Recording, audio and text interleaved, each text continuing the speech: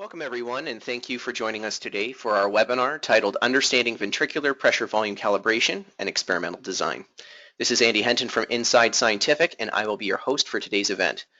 Our session is sponsored by 80 Instruments and will be an in-depth exploration of conductance pressure volume loop science, including calibration theory and best practices, considerations for experimental design, and most importantly, how these choices can affect your resulting pressure volume data.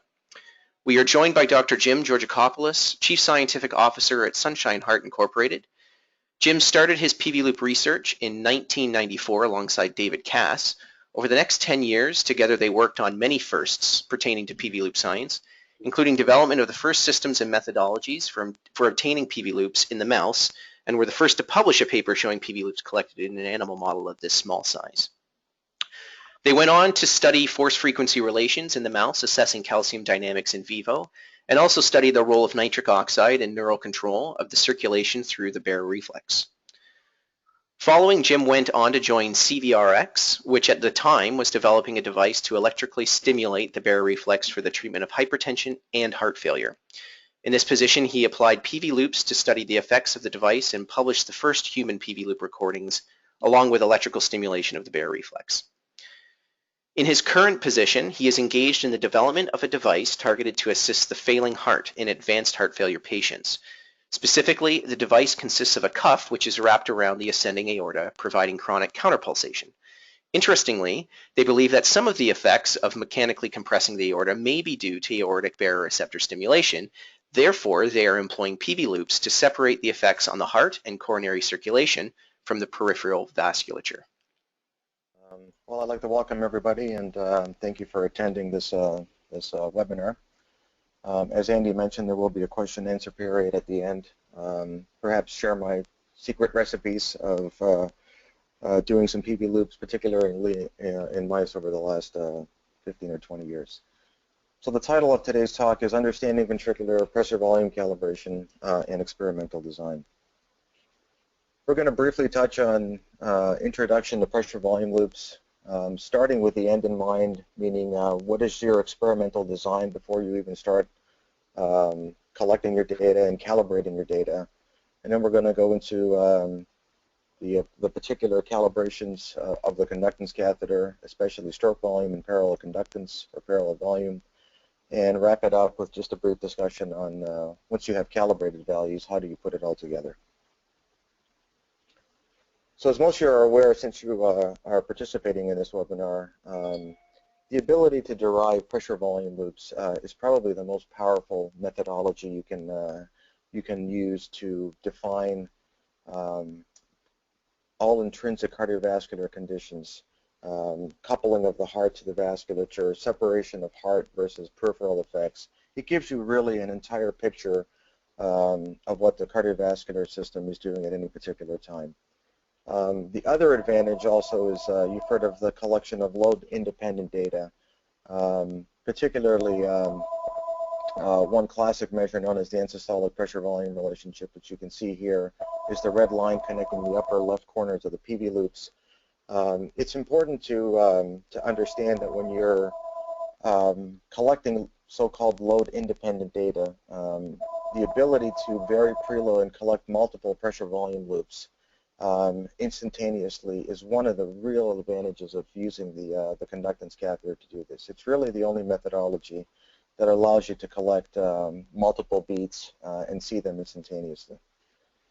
The other advantage of the catheter for those using larger animals and you have multiple segments is it's actually a very powerful tool to assess the synchrony from base to apex, and this has been applied in many clinical studies of CRT.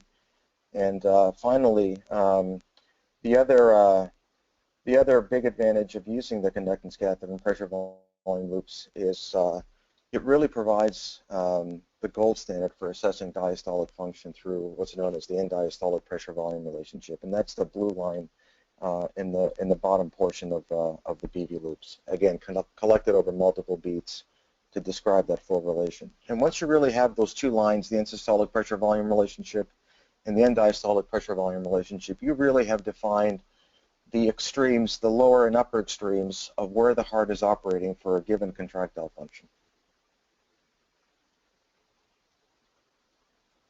So brief introduction. So how do we collect? Pressure is relatively easy to measure with multiple systems, but volume has always been the challenge and has really limited the application of obtaining pressure volume loops. As previously mentioned, the conductance catheter has really emerged as the sole method to provide instantaneous pressure volume data.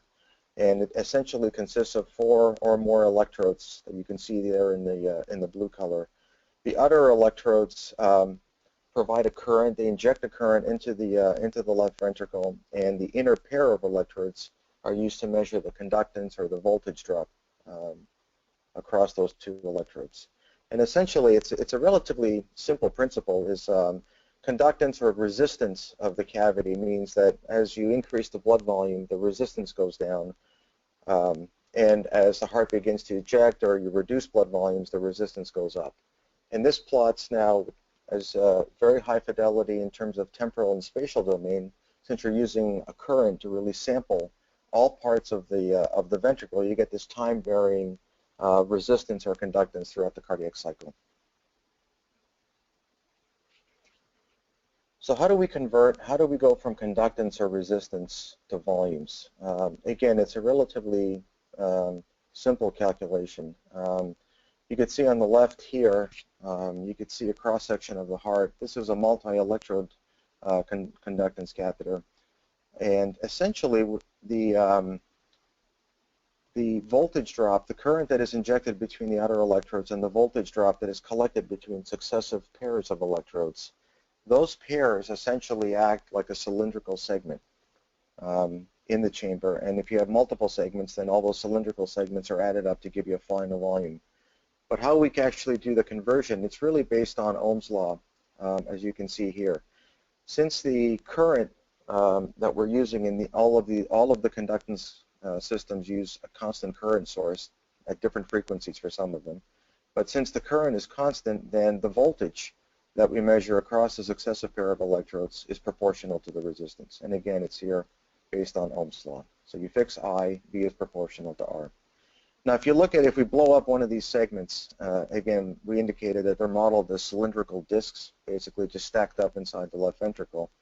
The resistance for each of these cylinders is, again, provided by electrical theory of a conductor, and it's related to the resistivity of the material inside that cylindrical disc. Could be blood, could be saline, and this is proportional, multiplied by the distance between those electrodes and the cross-sectional area of that segment. Now, the volume of this cylindrical segment is just simply L times A, and if we substitute from the above equation into this, we have the fundamental equation for converting a volume to a conductance. And you can see that volume here is proportional to the resistivity of that material, the distance between those electrodes squared divided by the resistance.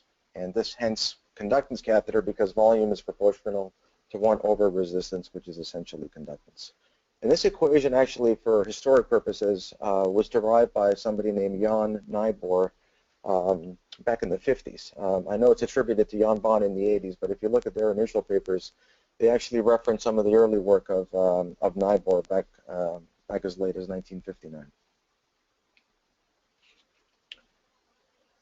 So we have a relationship between volume and conductance, essentially. So why this discussion on why do we need to calibrate? And it turns out that it's really, as we indicate here, it's all about location, location, location. That previous equation was based on very simple assumptions of a completely cylindrical geometry and a uniform placement of the catheter, always in the center of those cylindrical discs. Obviously, as many of you are aware, it's sometimes it's very, very difficult placing the conductance catheter, no matter what animal model you're using, in a very consistent location, and hence this introduces variability in obtaining a precise correlation between volume and conductance. So the necessity of calibration comes from, again, the variability in the measurement and placement of the catheter itself, but also in the variability from animal to animal.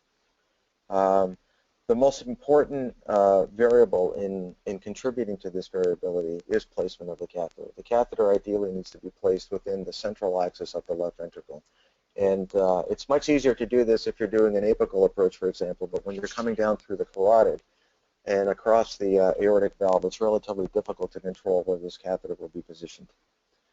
The other factor that can affect the translation from volume to conductance or conductance to volume is the composition of the myocardium. And we've seen particularly in mice while we were working, the different strains of mice can actually produce different values in terms of the conducting properties of the myocardium. And finally, when you apply calibration, I think what's most important to experimenters is you reduce a lot of the variability that's already present, the physiologic variability, but you can reduce the measurement variability so that we can reduce the number of animals that are needed to either show an effect or a lack of it. Now, in terms of calibrating the volume signal, there are essentially really four methods that have been used, even historically. One has been a relative common factor, and this was used as early as the 80s, where they applied an in vitro calibration, where they just put the conductance catheter in a plastic cylinder of known volumes. They matched the resistivity with saline to that of blood, or even used blood itself, and constructed a calibration curve based on different volumes of cylinders. The other technique, which is known as reference methods or gold standard methods, such as MRI, echocardiography, and more recently the introduction of 3D echocardiography or contrast angiography, is particularly the last one, which has been used clinically for many, many years, is when you apply these techniques, you actually get measurements of end diastolic volume and end systolic volume, and then you calibrate your pressure volume loop based on that. So you actually have an absolute calibrated pressure volume loop using any of these three methods. The last two methods are typically applied, the first one to calibrate relative volumes using hypertonic saline, and the last one is stroke volume calibration to get the stroke volume or the width of the pressure volume loop using a flow probe or a thermodilution technique. Typically these are used together within an animal because they complement each other in the information that they provide. So before we go ahead and really talk about some of the nuances of the calibration techniques, I think it's important to realize, what are you trying to get out of your study? What assessments are you making? Perhaps you don't need to calibrate at all. Maybe just relative changes if you're studying the effect of a drug on the ESPBR, for example, or on relaxation properties of diastole. You may not need to calibrate at all, and just expressing relative changes within that given study may be sufficient. It's also important to realize that of the two parameters that we indicated before, calibration techniques of hypertonic saline and stroke volume calibration, virtually all parameters from the pressure volume analysis can be derived simply from the stroke volume calibration without applying the hypertonic saline for absolute volume. If you want ejection fraction, then you would need to apply the hypertonic saline in addition to the stroke volume measurement. So let's briefly now talk about how do we actually calibrate the pressure volume loop. So the first, if we look at the panel here on the right, and we look at the width of the loop, which corresponds to the stroke volume, how do we go from relative changes in conductance, from end diastole to end systole, to now calibrate that in terms of an absolute stroke volume? And again, keeping in mind here that the resistivity of the blood we're assuming to stay relatively constant during the experiment, which is again, I think, a reasonable assumption. So the first method that we discussed was that of blood resistivity, or the cuvette methodology, which is again the simplest method of all the techniques. It's using a series of wells or cuvettes of known volume with a solution filled of known resistivity, which ideally matches blood resistivity. And the conductance catheter is placed in the center of each cuvette, and subsequently you can construct now a conductance versus a known volume curve for each of the volumes. You do a linear regression, and then this is now automatically applied within your software package so that all conductance values or relative volume units, depending on which software you're using, are now automatically converted to known volumes based on this calibration. It's important to keep in mind that when you're using this calibration technique, the implicit assumption is that the gain that you're applying here, the calibration factor, is relatively the same from animal to animal. The only slight variability would be how you place the catheter within the cuvettes. But otherwise, you're just assuming that this technique, that the calibration that you apply from these cuvettes, since they're identical blocks that you're using in each experiment, the same calibration values are being applied to all studies that you will be doing. Now, so we have calibrated values potentially based on the cuvette, and we indicated that the resistivity stays relatively constant, although not always. And kind of the quickest way of doing this is if you are introducing some solution in there that you think may affect the resistivity, it's always a good idea to monitor the pressure volume loops and see if they're moving back and forth or they're getting bigger for no apparent reason. This could be a sign that whatever drug you're using may actually alter the conductivity of the blood and may need to be adjusted for. But in addition to the cuvette, you may consider now adjusting that stroke volume or even verifying that the stroke volume that you're seeing is correct by actually measuring the stroke volume with another technique. A secondary measurement of stroke volume or cardiac output can be applied, and some of the most common techniques are the transit time ultrasound flow probe, which can be placed either on the ascending or the descending aorta. The thermodilution technique, which provides, again, injecting cold saline, or echocardiography, which can be applied to the either to the aortic root to get Doppler waveforms or across the heart to measure end diastolic and end systolic volumes. Clearly, this could be challenging when trying to do this in mice, and even though you may get values, it may introduce a larger source of variability.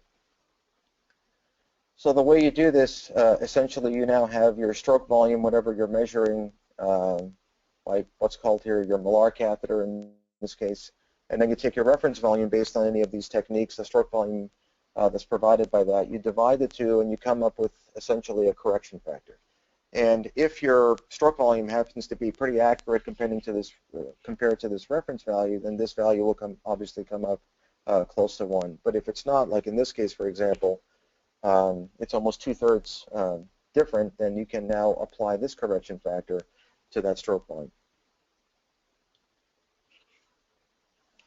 And again, this is when you're doing this almost snapshot type measurements at steady state, you're assuming that there is a linear relationship between your stroke volume from your catheter and your stroke volume from your reference source.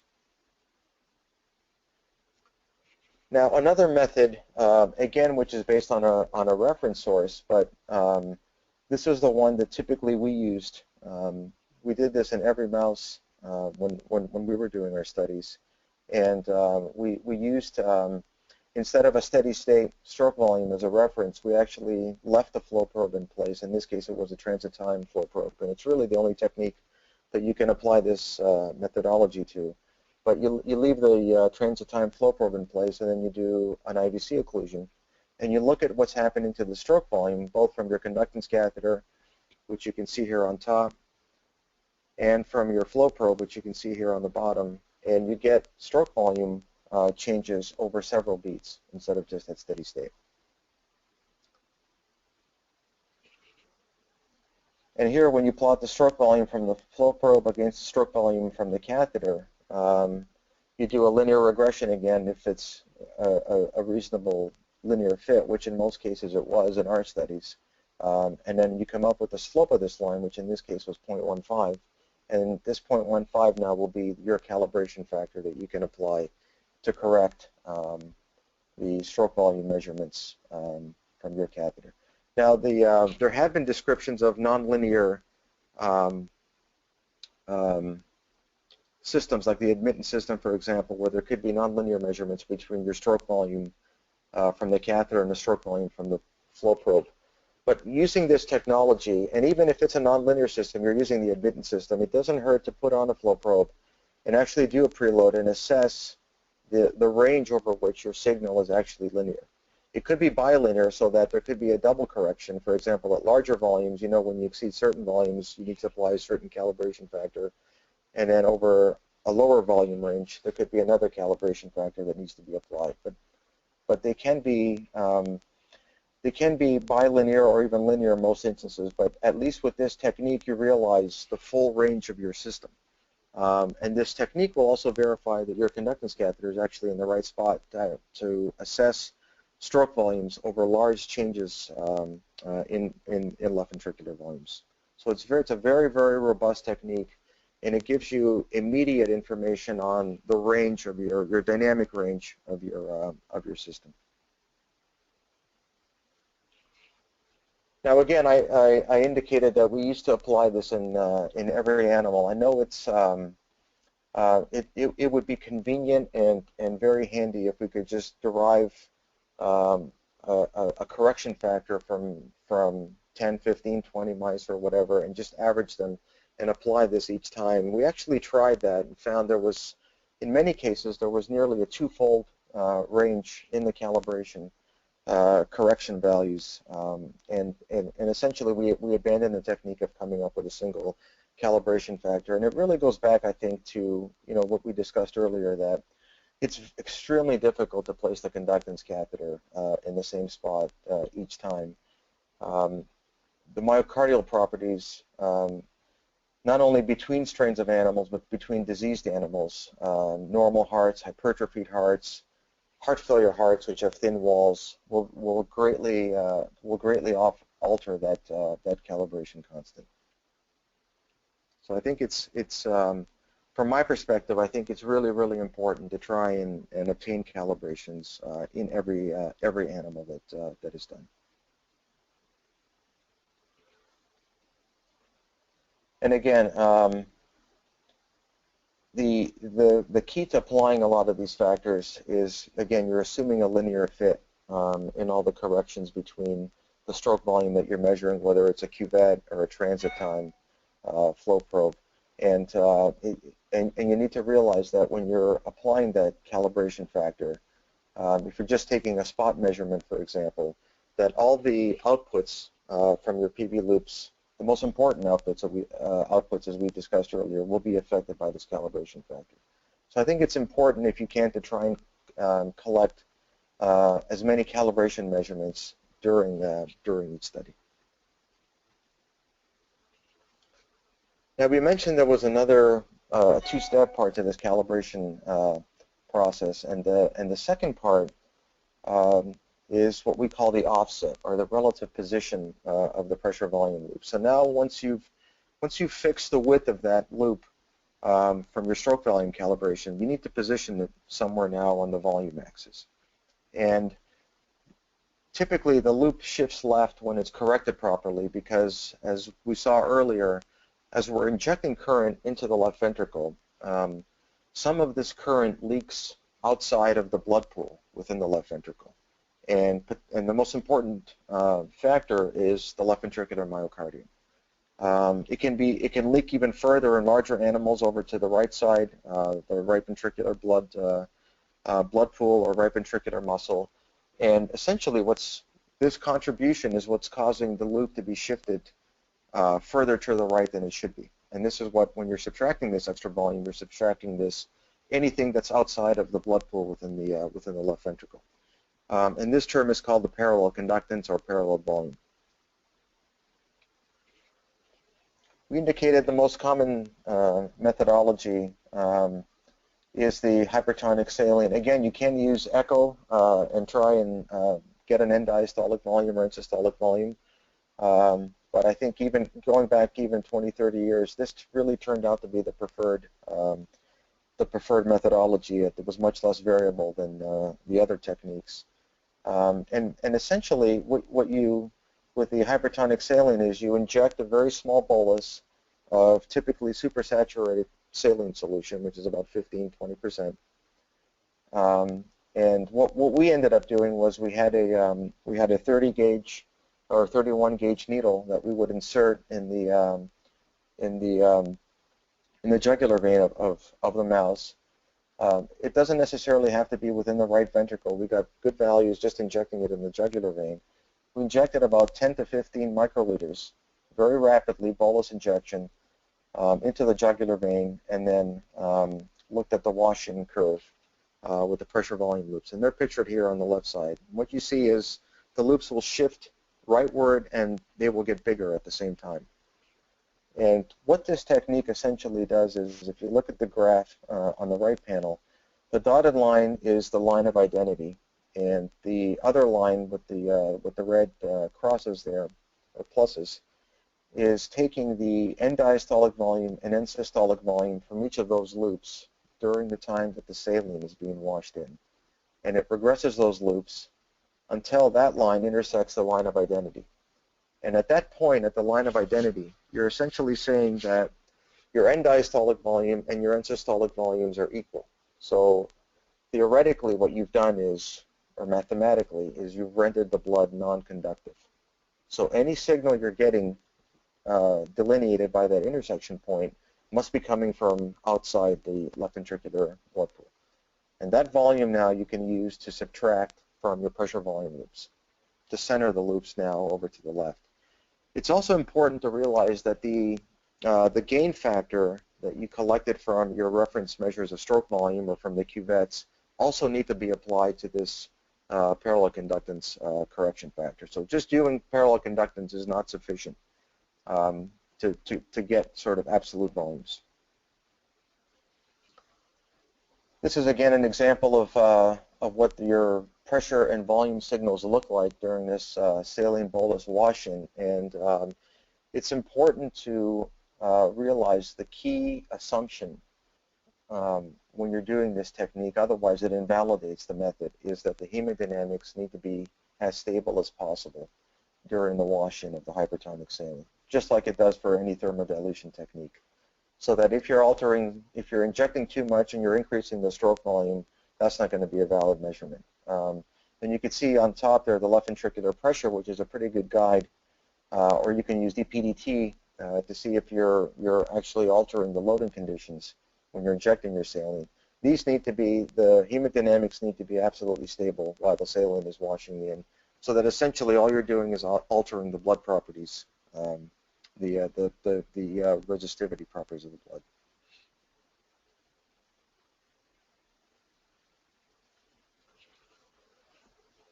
Now we, again, in keeping with this parallel conductance calibration, we saw from the previous two slides the graph where we used the end systolic volume and the end diastolic volume.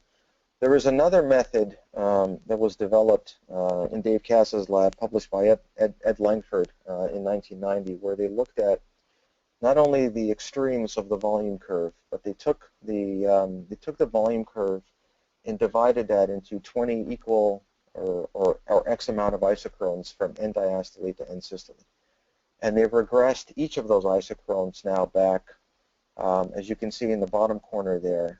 And theoretically, they should all regress and intersect at a common point, again being the parallel conductance. Now the reason this was done was, one, to assess how robust the technique was. Instead of just looking at 2 points in the cardiac cycle, now you looked at multiple points, and this verifies that you've done a good saline calibration. But it also, more importantly, assesses if the parallel conductance is changing throughout the cardiac cycle. And if it is changing, then each of those regressions will not converge to a single point. What they essentially found in their paper was, I believe this was in canine hearts, was that there was very little change in the parallel conductance throughout the cardiac cycle.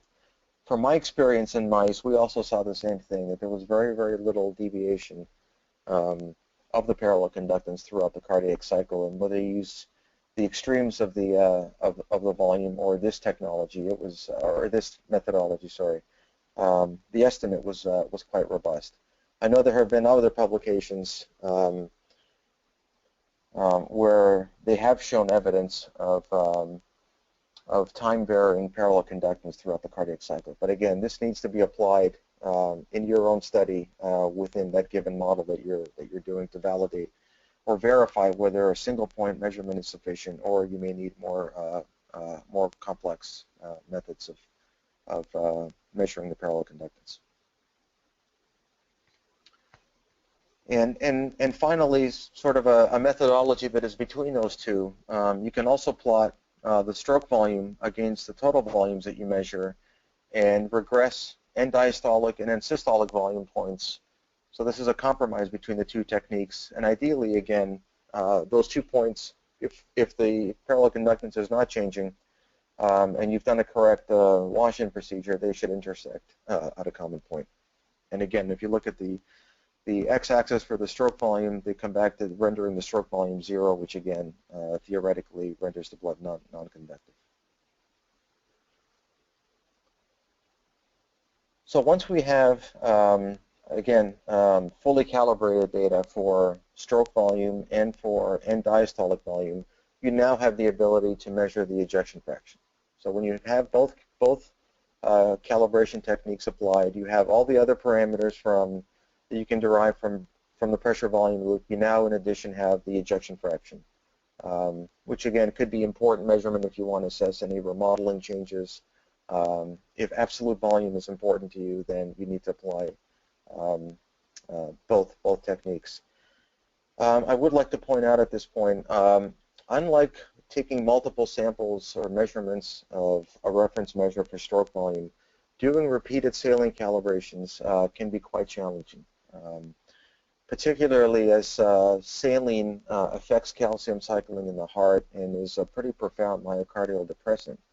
If you're looking at models where the animals are in heart failure and you've spent 2 months trying to develop this model, you may want to assess maybe just doing 1 at the most 2 measurements, or perhaps even not more than 1, because you could actually kill animals if the technique is not done right, or if you've injected too much saline. So in some cases, you may not always be able to get repeated measurements of the parallel conductance, and typically, even in healthy animals, you probably can't get more than 3 measurements at a time that you can average. So as we're close to wrapping up, just a couple of quick points.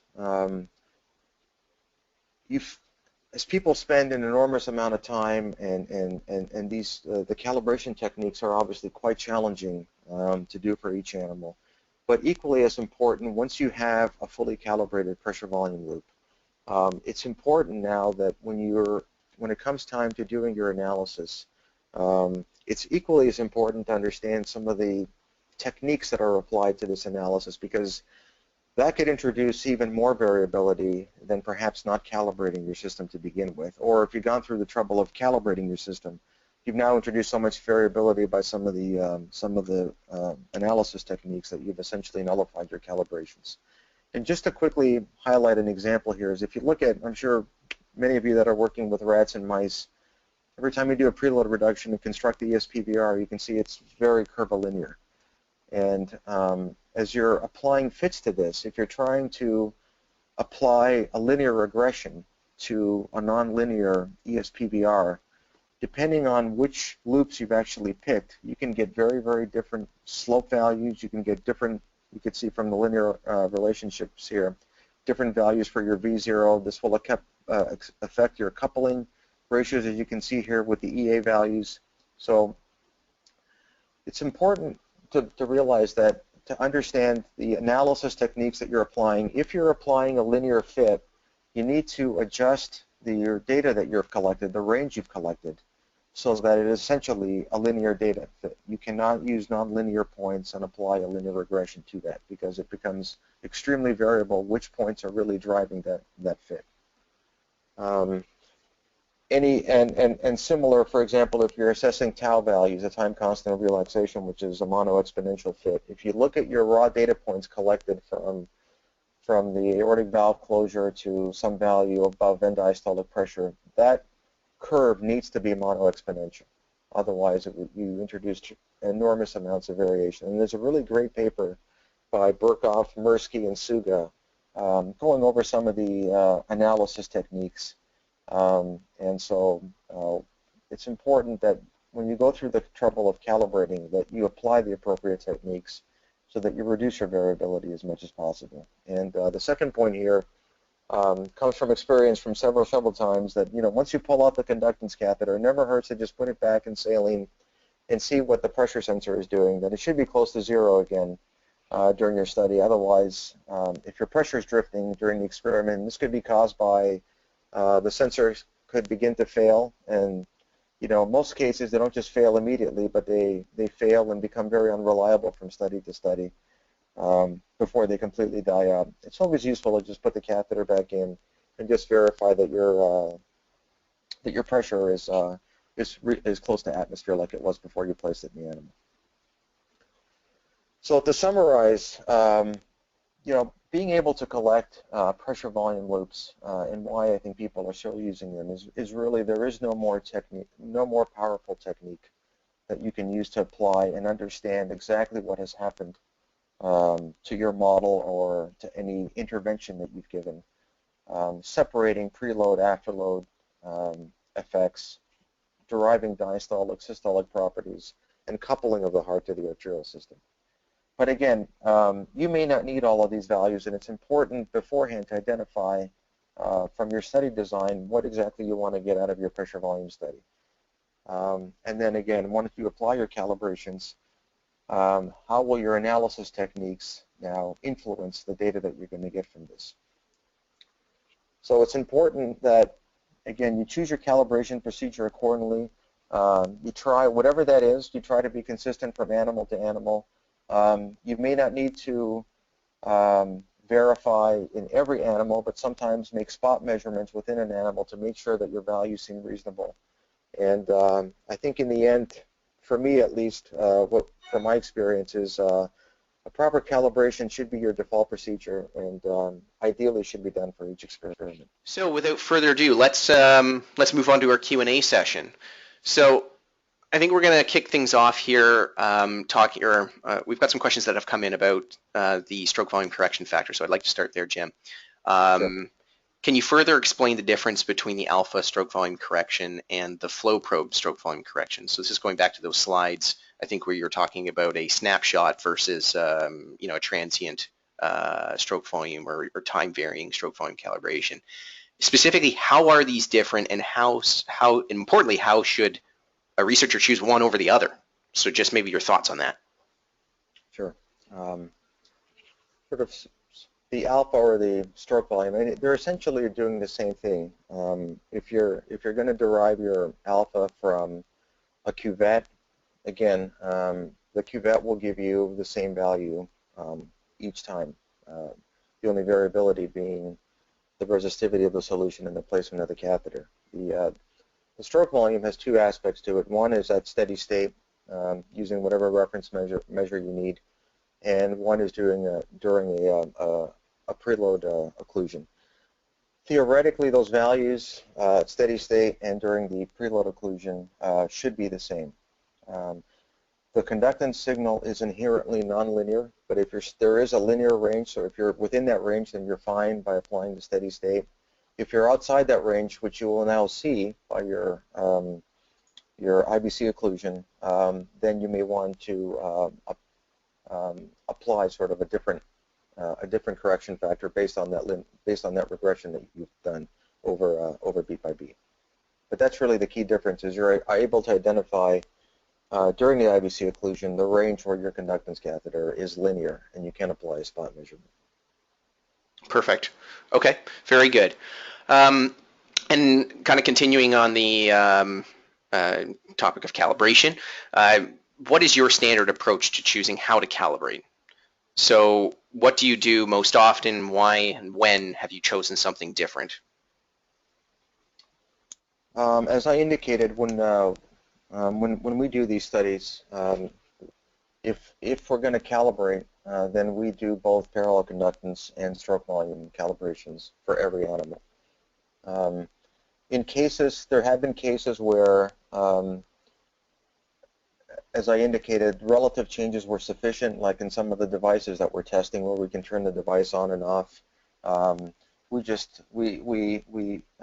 bypassed any calibrations and just use the relative changes. So typically we either calibrate fully or we just express it as relative changes. Okay, so kind of working at the extremes is, in your experience, you tend to do. Okay, great. Folks, I'm also going to bring Brandon Boucher online to our Q&A. He is head of the research business unit at 80 Instruments. Hi, Brandon. Do we have you with us? You do. Excellent. Thanks for being with us. This question I think you'd like to chime in on. So specifically, Sarah Roldan has asked, in a multi-segment catheter with 10 electrodes, in which she needs to block some of the electrodes since they don't all fit inside the ventricle, should she block the first electrodes in the catheter or the last electrodes of the catheter, or both, or what's the prescribed kind of best practice here for when you're dealing with a multi-segment catheter? Yeah, it's a good question. Essentially, the way you want to go about this is to look at first the way the catheter approaches the ventricle. So typically, with a multi-segment catheter, you're going to be going in through the aorta, and what that means is the most distal electrodes will be at the base of the ventricle. The ones proximal to you will be presumably outside the ventricle in this case. So what you want to do is, if some of those are outside the ventricle, you'll turn those electrodes off, moving the excitation electrodes closer to the ventricular space and ensuring the ones that are actually inside the ventricle are doing the sensing. So the answer to the question essentially is the electrodes that are outside the ventricle are the ones that are turned off, and the excitation moved closer to the space. Perfect. If I can just add something to that, this is we've actually run into the same issue, and one of the advantages, you can also plot, you can look at each of the segments, the individual segments. You want to keep as many segments as you can active, because you're trying to sample from the entire volume.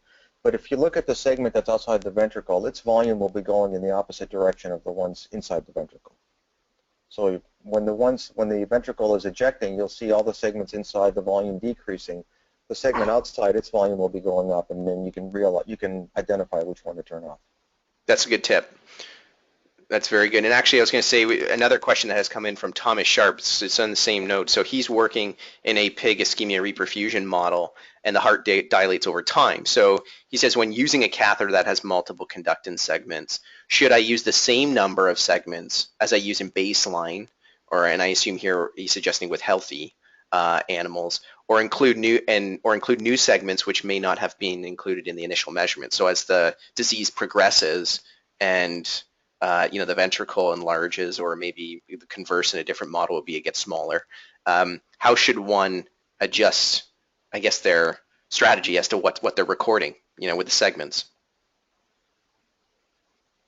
Again, I would try to use as many segments as you can and be consistent using those segments over time.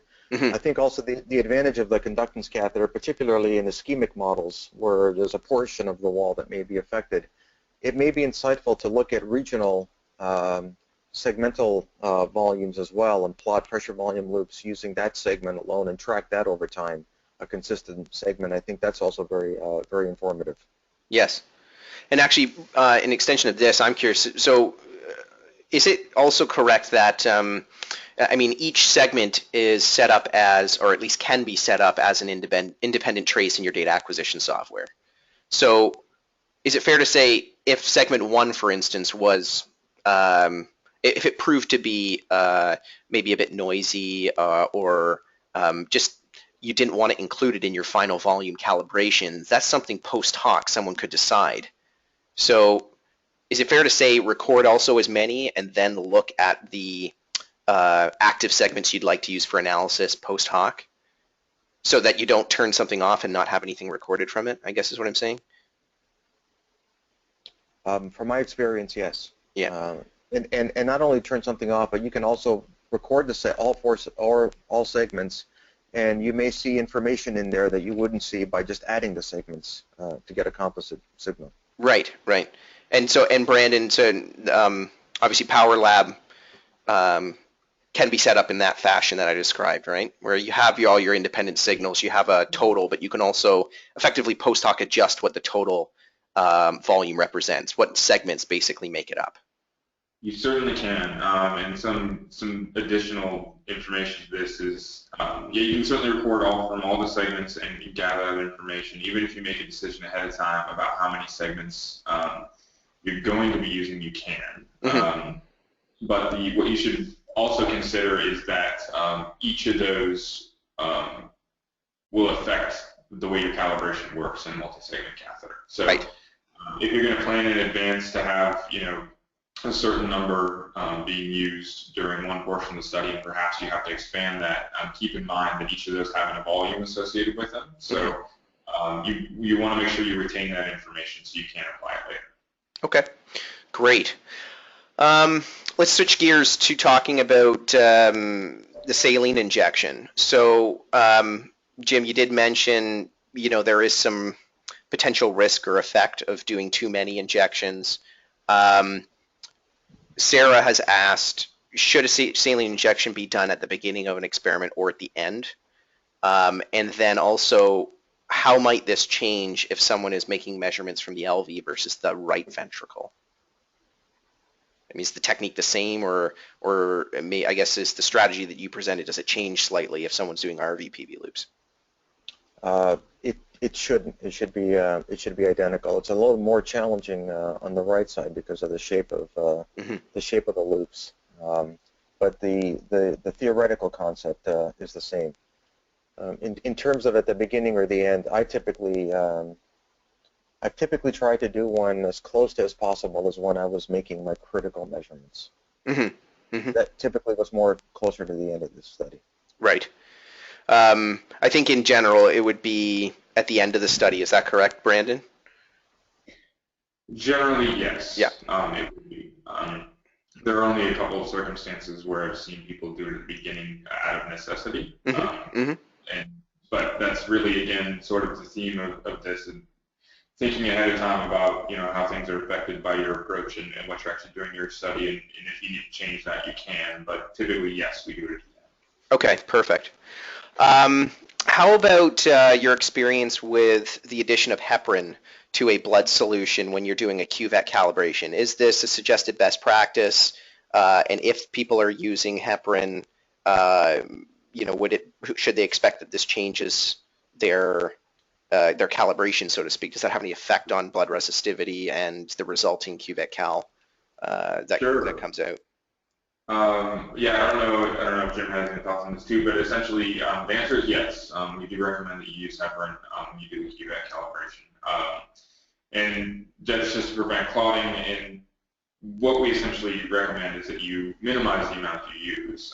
Typically what we'll coach people through is to coat the syringe you're going to be capturing the blood with. And so you have a very small volume of heparin being added to the blood pool.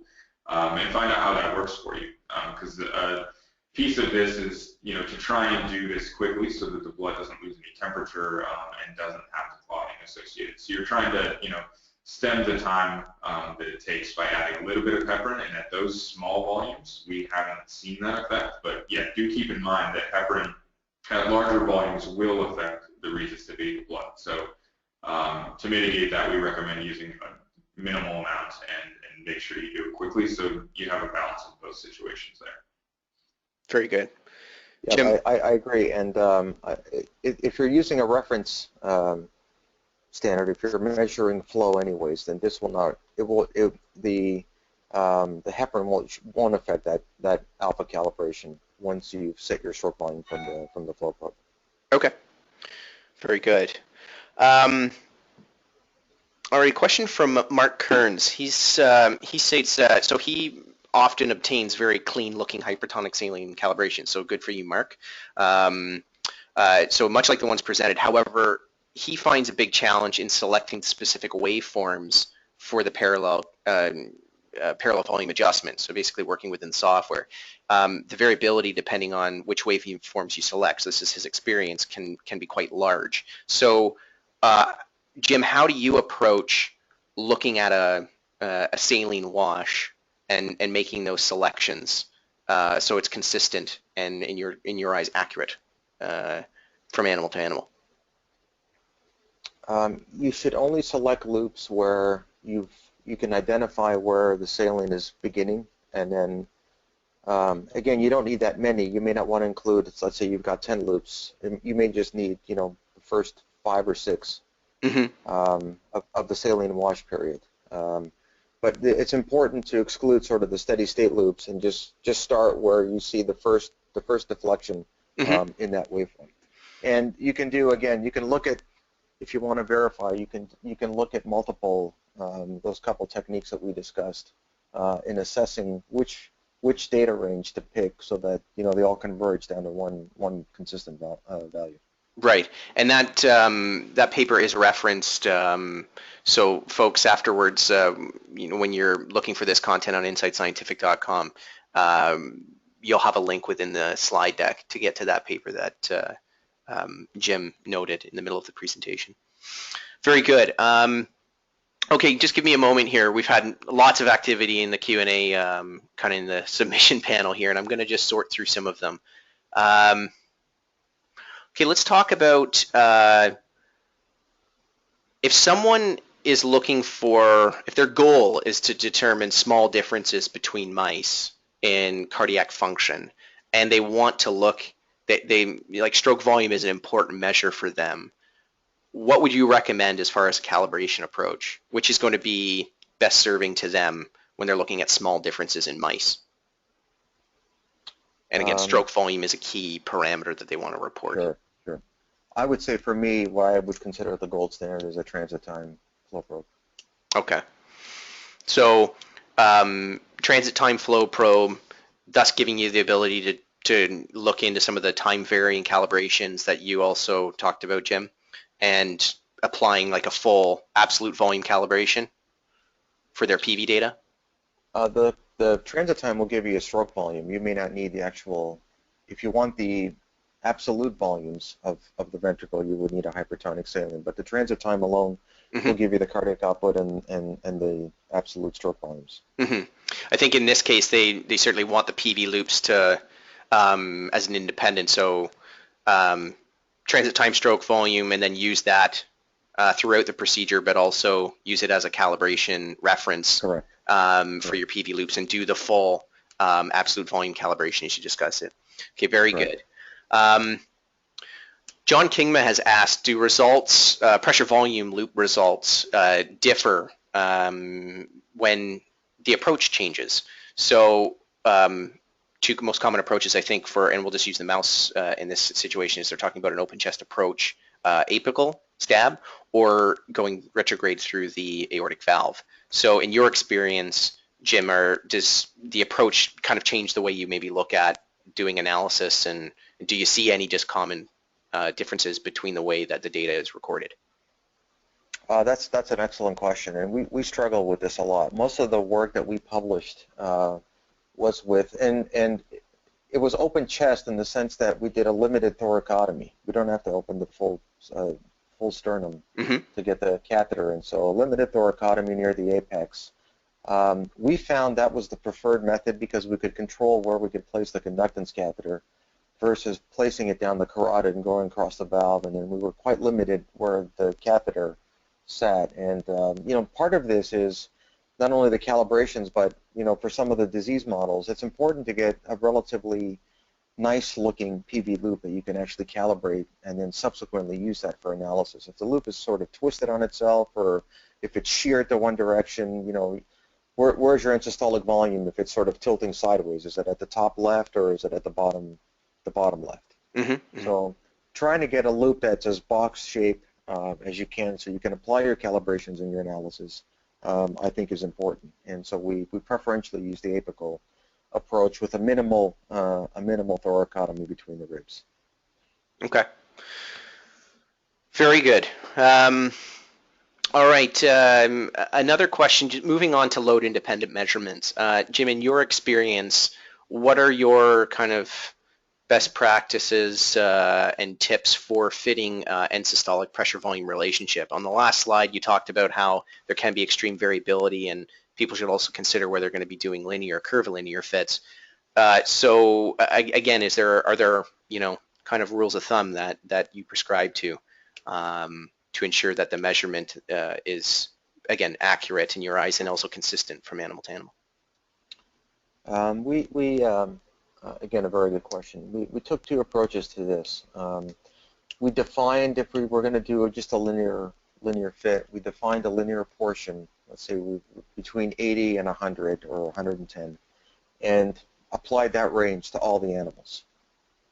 It can be challenging in heart failure mice where that range may not apply, but in most cases you typically can get a reasonable range that you can use across all animals and then fit your relationship to that.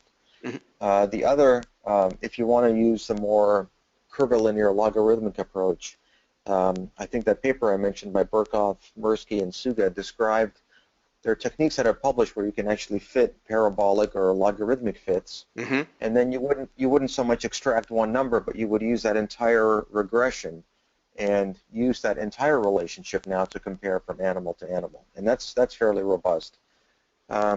In it also, you can also transform your data. You can do a linear transformation, almost like a stress-strain analysis, and mm-hmm. linearize now offline the logarithmic curve and apply, and those relations are very linear. And you can apply fits to that linear regression. Okay. Very good. That's a great answer. I mean, this is something that I think is going to come up, and there's not really a solid, black and white answer to how to fit curves in a lot of PV science.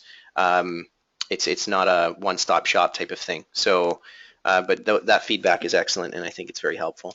And I think it's at that point when it comes to curve fitting, I mean it's not physiology anymore. It becomes mathematics and statistics. So, make your statistician or mathematician or engineer your best buddy, and yes. help you figure out some of these fits. Never hurts. Yeah, I was actually to say that's a good piece of advice. I have heard many say, even if following all the best practices at the benchtop and all the best practices when working on the data analysis software, and they've kept to a gospel, so to speak, and they're very confident. And now it's, what do I do with these numbers, and how do I properly evaluate them statistically? And that often that opens up a whole other, bucket of worms. So it's a whole webinar. Yeah, exactly. So yeah, seek out experts. That's going to help you present your data properly for publication, right? So really good piece of advice. Final question here. We've had a couple people ask about studying multiple species. There was also this note about multi-segment catheters. Brandon, can you just clarify for the audience how is the Molar-80 instrument solution kind of presented so that you can cover a range of animals, either even as small as mouse, but going into medium size and large animals? If someone's trying to set up their lab or make sure that they cover all ends of spectrum, what do you guys offer for them?